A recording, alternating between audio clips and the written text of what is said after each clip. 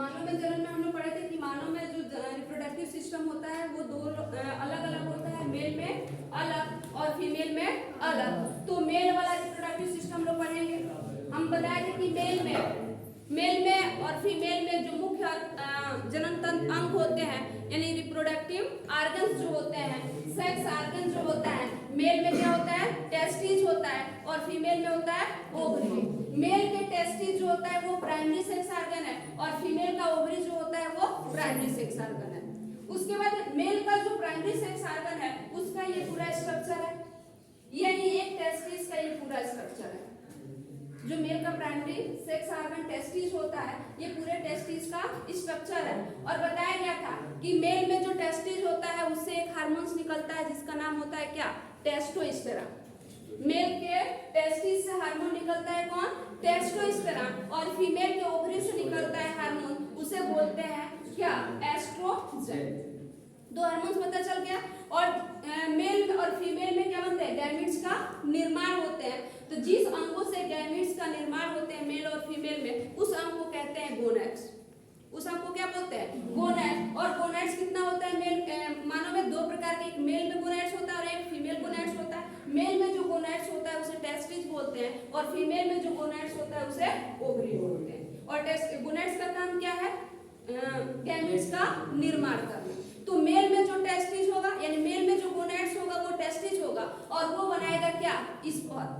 यानी मेल का गैमेट्स क्या होगा, स्पर्म होगा और फीमेल का जो गोनैड्स है वो है ओवरी और ओवरी से जो गैमेट्स बनेगा उसे बोलेंगे क्या, ओवा। अब हम लोग पढ़ेंगे पूरा male reproductive male sex organ, मानव का मेल सेक्स ऑर्गन। ये जो है मानव का क्या है, मेल सेक्स ऑर्गन है,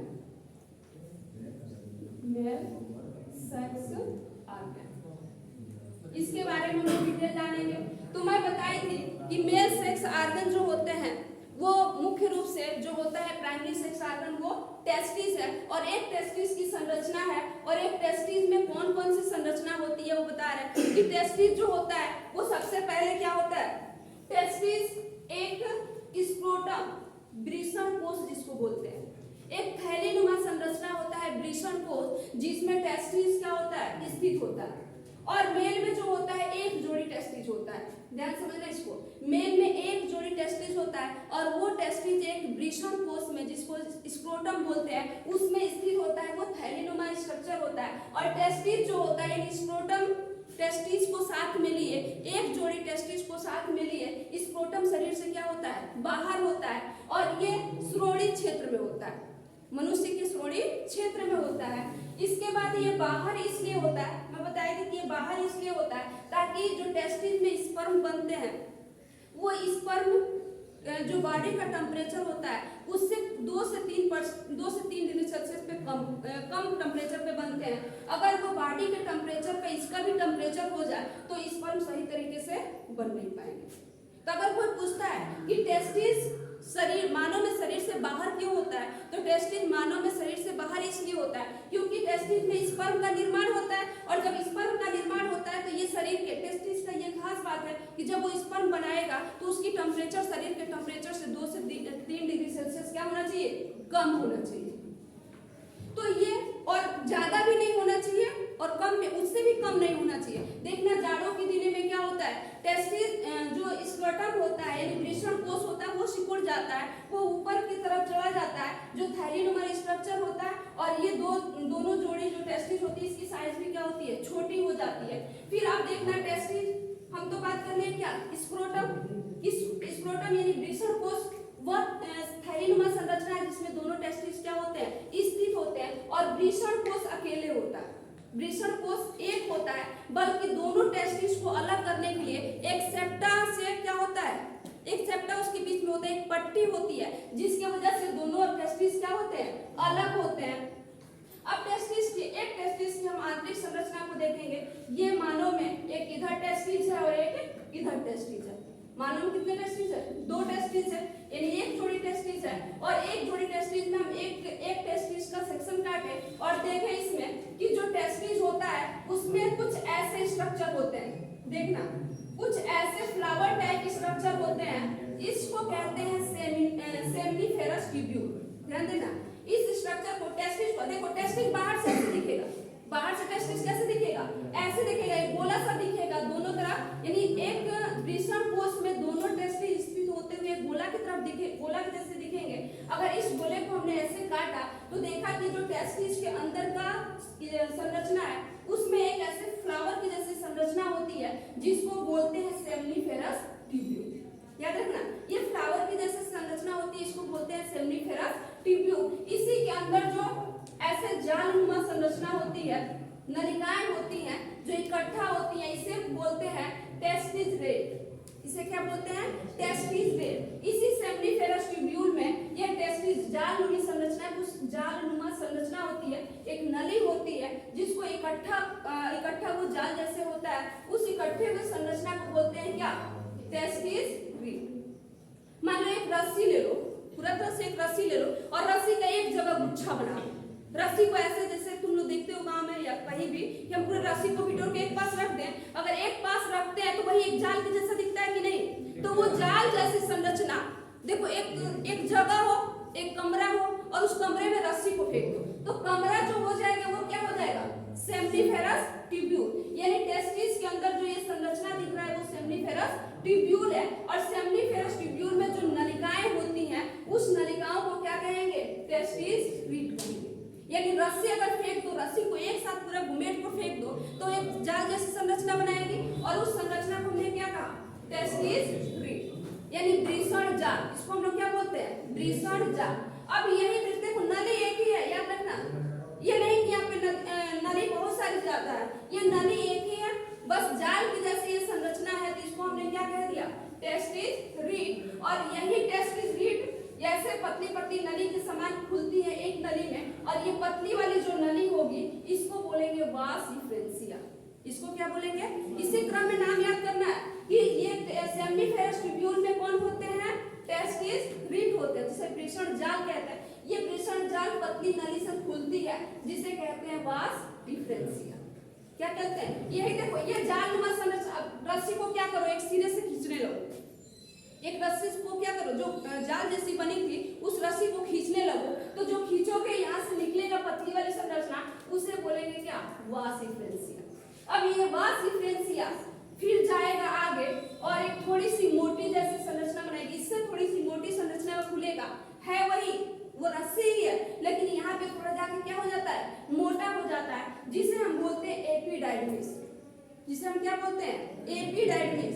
जब यही टेस्टिस रीड आगे जाता है तो वास डिफरेंशिया हो जाता है, और वही वास डिफरेंशिया, मान लो ये पहले जाल था, जाल खुला एक नली में, जाल खुला एक नाली में, तो उसे हम बोले क्या, वास डिफरेंशिया। और यही नाली एक नहर में खुल गया, नाली किसका रूप ले लिया, नहर का रूप ले लिया, तो उसको क्या बोले, उसको बोले एपिडाइडमिस। और जब एपिडाइडमिस यहाँ अब आगे था, एपिडाइडमिस, यही एपिडाइडमिस आगे चल के थोड़ा सा एक लंबा सा नली में खुलता है, यही एक लंबा नली बना लेता है, खुलने का मतलब यही एक लंबा क्या कर लेता है, नली बना लेता है, जिसे बोलते हैं वास डिफरेंशिया।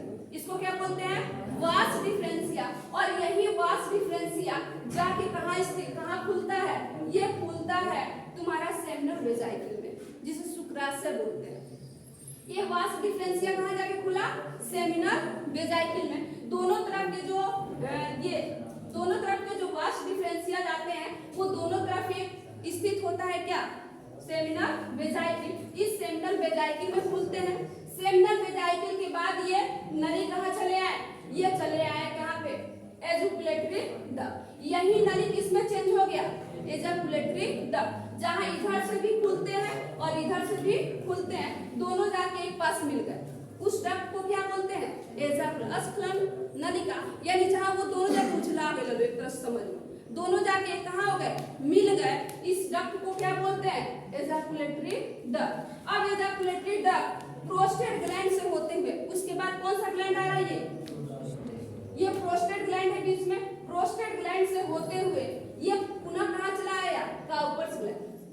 यही नली होते हुए काउपर्स ग्लैंड के पास आ जाता है, और काउपर ग्लैंड से होते हुए यूरेथ्रा में खुल जाता है, मूत्र मार्ग में खुल जाता है। एक ही साथ मूत्र मार्ग और स्पर्म वाली जो नली होती है वो दोनों एक ही होते हैं, अब वो कहाँ आ गया, यूरेथ्रा में, और यूरेथ्रा के बाद पेनिस से होते हुए स्पर्म कहाँ चला जाता है, बाहर चला जाता है। ये पूरा क्या है, मेल रिप्रोडक्टिव ऑर्गन यानी मेल सेक्स ऑर्गन, एक पूरी टेस्टिस की संरचना, एक पूरी टेस्टिस की संरचना ऐसे ही दिखती है। और यहाँ से देखो ये कौन सी नली है, ये नली है यूरेटर, यानी जो पेशाब वाली नली होती है वो कहाँ से आती है, ये है यूरिनरी ब्लैडर, जहाँ पेशाब यानी यूरिन इकट्ठा होता है उसे क्या कहते हैं, यूरिनरी ब्लैडर। वहां से ये नलियां यूरिन को लेते हुए इसी मार्ग से होते हुए वो भी यूरिन को क्या करती है, बाहर निकाल देती है। यानी स्पर्म निकालने का रास्ता और यूरिन निकालने का रास्ता इसे एक ही होता है।